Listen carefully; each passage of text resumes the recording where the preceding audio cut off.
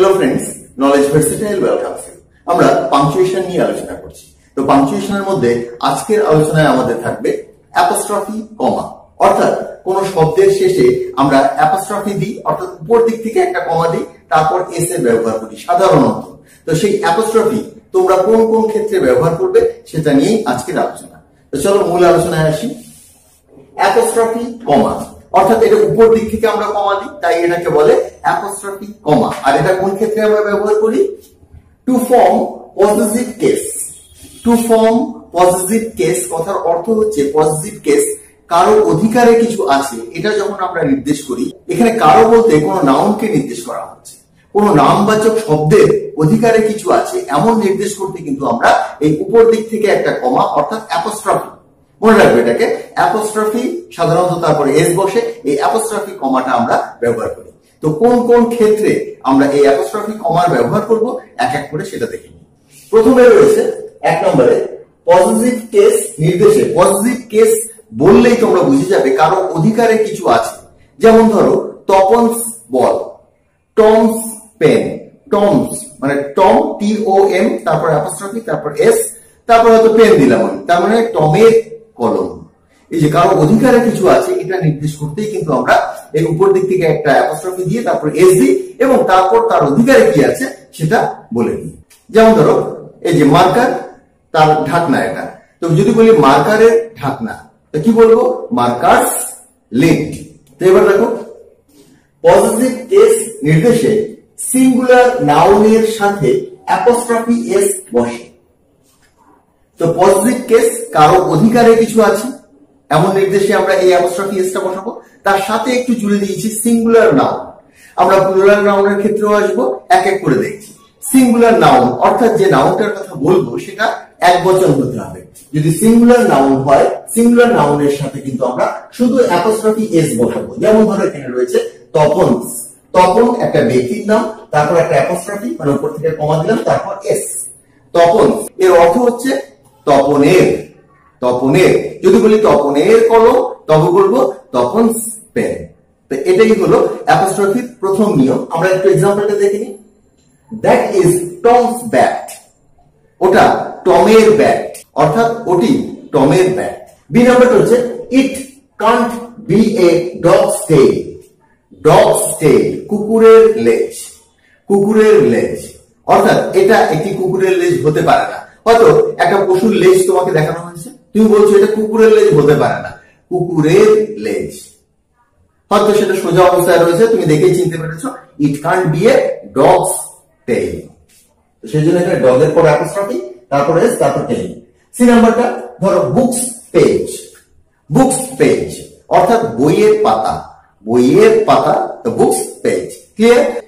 কোন সিঙ্গুলার নাউনের অধিকারে কিছু নির্দেশ করতে আমরা এই অ্যাপোস্ট্রফি এস এর ব্যবহার করলাম। আমাদের এক নম্বর নিয়মটা হয়ে গেল। এবার আসছি আমরা দুই নম্বর নিয়ম। পজিটিভ কেস নির্দেশে প্লুরাল নাউনের শেষে এস বা ইএস না থাকলে অ্যাপোস্ট্রফি এস হয়। উপরের নিয়ম যা ছিল এই নিয়মটা ঠিক একই রকম, কিন্তু এখানে আমরা বললাম প্লুরাল নাউন, এবং প্লুরাল নাউনের শেষে যদি তুমি এস বা ইএস না পাও। এটা এজন্যই বলা হলো সাধারণত কোন প্লুরাল নাউনের শেষে এস বা ইএস থাকে, কিন্তু অনেক প্লুরাল নাউন থাকে যে নাউনের শেষে এস বা ইএস থাকে না। তো যেসব প্লুরাল নাউনের শেষে এস বা ইএস থাকে না সেক্ষেত্রে তুমি সাধারণ নিয়মের মতো অ্যাপোস্ট্রফি এস ব্যবহার করতে পারো। যেমন ধরো মেন্স। মেন মানে জানো মানুষেরা, মানুষদের, এটা বলার জন্য আমরা মেন, এম ই এন, তারপর অ্যাপোস্ট্রফি, তারপর এস, মেন্স। তো কিছু এক্সাম্পল দেখি। There is a women's toilet there. অর্থাৎ there is a women's toilet there. Women তার সাথে অ্যাপোস্ট্রফি এস রয়েছে। উইমেন এখানে এম ই আছে, তার মানে এটা প্লুরাল, এবং এটা প্লুরাল হওয়া সত্ত্বেও এর শেষে কিন্তু এস বা ইএস নেই। সেই জন্য আমরা অ্যাপোস্ট্রফি এস এর ব্যবহার করতে পারলাম। অর্থাৎ ওখানে একটি মহিলাদের টয়লেট রয়েছে। নেক্সট এক্সাম্পল দেখো। We want a children's park. We want a children's park. আমরা একটি শিশুদের পার্ক চাই। চিলড্রেন এটা অলরেডি প্লুরাল, কিন্তু শেষে এস নেই। তো সেই জন্য এখানে চিলড্রেনের শেষে অ্যাপোস্ট্রফি এস আমরা কিন্তু খুব সহজেই বসাতে পারলাম, চিলড্রেন্স পার্ক। আমরা এবার 3 নম্বর পয়েন্টে আসছি। প্লুরাল নাউনের শেষে এস বা ইএস থাকলে শেষে শুধু অ্যাপোস্ট্রফি কমা হয়, অর্থাৎ অ্যাপোস্ট্রফি এস এটা তুমি বসাতে পারবে না, শুধুমাত্র উপর থেকে একটা কমা দিয়ে ছেড়ে দিতে হবে। যেমন ধরো ভয়েসেস, কিন্তু তোমার মনে রাখতে হবে এক্ষেত্রে উচ্চারণটা কিন্তু করতেই হবে। অ্যাপোস্ট্রফির পরে তুমি এস দিচ্ছ না, কিন্তু তার উচ্চারণটা তোমাকে করতে হবে। অলরেডি সেখানে একটা এস রয়েছে ভয়েস, তারপরে অ্যাপোস্ট্রফি, তারপর কিন্তু আর এস দেবে না, তো কিন্তু উচ্চারণটা তুমি করবে ভয়েস না, voices, voices. She reads in girls school, she reads in girls school. এখানে গার্লস অলরেডি একটা এস রয়েছে, তারপর অ্যাপোস্ট্রফি, তারপর আবার এস দেওয়ার দরকার নেই। বি নাম্বার এক্সাম্পলটা, এটার মধ্যে একটু ভিন্নতা রয়েছে, এখানে কিন্তু কোনো প্লুরাল নাউন নেই। কিডস একটা কবির নাম, তার নামের শেষে এমনিতেই একটা এস রয়েছে, তো তারপর তুমি আবার অ্যাপোস্ট্রফি এস বসাবে না, কিডসেস, অর্থাৎ শুধুমাত্র একটা অ্যাপোস্ট্রফি দিলেই হবে, কিন্তু উচ্চারণটা তোমার করে যেতে হবে। আই লাইক কিডসেস পোয়েম, কিডসের শেষে একটা এস আছে, তারপর অ্যাপোস্ট্রফি, কিন্তু তারপর আর এস দিলাম না। তো তোমরা এখানে দুটো নিয়ম পেলে, একটা হচ্ছে প্লুরাল নাউনের শেষে এস বা এস থাকলে শুধুমাত্র অ্যাপোস্ট্রফি দেবে, কিন্তু বলার সময় অ্যাপোস্ট্রফি এস এর উচ্চারণ করবে। আবার কোনো ব্যক্তির নাম বা কোনো নাউনের শেষে অলরেডি একটা এস থাকলে, তো সেক্ষেত্রেও তুমি শুধুমাত্র অ্যাপোস্ট্রফি দেবে, কিন্তু বলার সময় বা উচ্চারণের সময় সেই অ্যাপোস্ট্রফির পর একটা এস এর উচ্চারণ তোমার করে নিতে হবে। যেমন এখানে বললাম গার্লসেস, কিডসেস, এরকম। 4 নম্বর পয়েন্টে আসছি, শব্দের মধ্যে কোনো বর্ণ, বর্ণ বলতে কোনো অক্ষর, লেটারকে বোঝানো হয়েছে। লেটার উজ্জ্বল থাকলে অ্যাপোস্ট্রফি কমা হয়। শব্দ ওয়ার্ড, ওয়ার্ডের মধ্যে অনেক সময় আমরা অনেক লেটারকে আন্ডারস্টুড রেখে দিই, অর্থাৎ সেটা আমরা উল্লেখ করি না, তো সেক্ষেত্রে আমাদের লেখার সময় কিন্তু একটা অ্যাপোস্ট্রফি কমা ব্যবহার করতে হবে। যেমন ধরো M A apostrophe A M, এখানে আমরা এটাকে ম্যাম বলবো, ম্যাম, কিন্তু এখানে কি আমরা অমিট করেছি, কি এখানে আমরা বাদ দিয়েছি, ম্যাডাম, ডি, ডিটা আমরা এখানে বাদ দিয়েছি, ম্যাডাম, তো ম্যাডাম না বলে এখানে আমরা বলছি ম্যাম, এবং একটা অ্যাপোস্ট্রফি দিয়ে বোঝাচ্ছি যে এখানটা একটা অক্ষর আমরা অমিট করেছি। তো এরকম আমরা প্রচুর ব্যবহার করে থাকি। যেমন ধরো I am, I am, I apostrophe M, এখানে এ লেটারটাকে আমরা অমিট করেছি। হিজ, এখানে অ্যাপোস্ট্রফি এস, এবার হিজ এটা ইজ না হ্যাজ সেটা তোমাকে বুঝতে হবে পুরো সেন্টেন্সটাকে পড়ে। ইউ আর, ইউ, তারপর দেখো এটা না দিয়ে আর ই। কান্ট, এখানে কিন্তু শুধুমাত্র একটা লেটার যে বাদ দিয়েছে তাই নয়, এখানে কিন্তু এন এবং ও দুটো অক্ষর বাদ করেছে। এখানে উইল নট কে যখন আমরা শর্ট করে লিখবো তখন এইভাবে W O N apostrophe T, won't. I will বা আই শ্যাল, এই দুটোকেই আমরা সংক্ষেপে এইভাবে লিখবো, I apostrophe double N, I will বা আই শ্যাল। ইউ হ্যাভ, এবার ইউ হ্যাভটাকে কিভাবে বলবো, ইউ অ্যাপোস্ট্রফি ভিই। তো তোমরা দেখলে যে শর্ট করার জন্য আমরা কিন্তু এই অ্যাপোস্ট্রফি কমা এটার ব্যবহার করে কিছু বর্ণকে, কিছু লেটারকে আমরা রিমুভ করে দিই বা আন্ডারস্টুড রেখে দিই। এবার আমরা 5 নম্বরে আসছি, বর্ণ অর্থাৎ এ বি সি ডি, যেগুলোকে আমরা লেটার বলছি, সংখ্যা অর্থাৎ নাম্বার 1 2 3 4, এগুলো ফিগার, যেগুলো এর প্লুরাল করতে অ্যাপোস্ট্রফি এস হয়।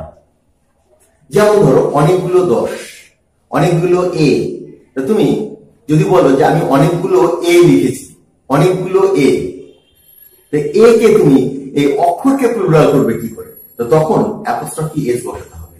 সাধারণত কোনো নাউনকে প্লুরাল করতে গেলে তার শেষে এস বাই এস বসিয়ে দাও। এক্ষেত্রে কোনো সংখ্যা বা অক্ষরকে তুমি যদি প্লুরাল করতে চাও তবে তোমাকে অ্যাপোস্ট্রফি এস তার সাথে বসাতে হবে। যেমন এখানে রয়েছে দেখো টেন্স মানে 10 গুলো, পিস মানে পি অ্যাপোস্ট্রফি এস মানে পি গুলো। এবার আমরা এক্সাম্পলের মাধ্যমে দেখি। I see 5 A's in your sentence. আমি তোমার বাক্যে 5টা এ দেখতে পাচ্ছি, আমি তোমার বাক্যে 5টা এ দেখতে পাই। বি নম্বরে আছে there are 5 5s in the number, এই নাম্বারটার মধ্যে অর্থাৎ একটা বড় নাম্বার, তার মধ্যে 5টা 5 আছে। এবার 5টা 5, তা 5কে আমরা প্লুরাল করার জন্য 5 apostrophe S. omit your p's and dot your i's, অর্থাৎ তুমি হয়তো কিছু টাইপ করেছো, সেখানে আমি বলছি যে তোমার পি গুলোকে বাদ দাও, পি গুলো, এবার পি গুলো যখন বলবো তখন পি অ্যাপোস্ট্রফি এস, তো পি গুলোকে বাদ দাও এবং আই এর মাথায় একটা করে ডট দাও, তো ডট ইওর আইস, এবং যতগুলো আই আছে সবগুলোর মাথায় একটা করে ডট দাও। omit your p's অর্থাৎ পি গুলো, সেজন্য P apostrophe S and dot your eyes, এবং আইস যতগুলো আই রয়েছে তার মাথায় একটা করে ফোঁটা দাও, সেজন্য আই এর পর অ্যাপোস্ট্রফি এস। তো আজকে আমরা অ্যাপোস্ট্রফি কমা বা অ্যাপোস্ট্রফি এস কোথায় ব্যবহার করতে হয় সেটা নিয়ে বিস্তারিত জানলাম। আশা করি এরপর আর এটা নিয়ে কোনো সমস্যা থাকবে না। তো আজকের আলোচনাটা এখানে শেষ করছি, পরবর্তী আলোচনায় আবার যোগ দেবো। আমার পূর্ববর্তী ভিডিওর কিছু লিঙ্ক তোমরা নিচে ডেসক্রিপশনের মধ্যে পেয়ে যাবে, সেগুলোকে ক্লিক করে দেখে নিও, খুব ইম্পর্টেন্ট সেগুলো। And if you like the video, hit bye. Thanks for watching.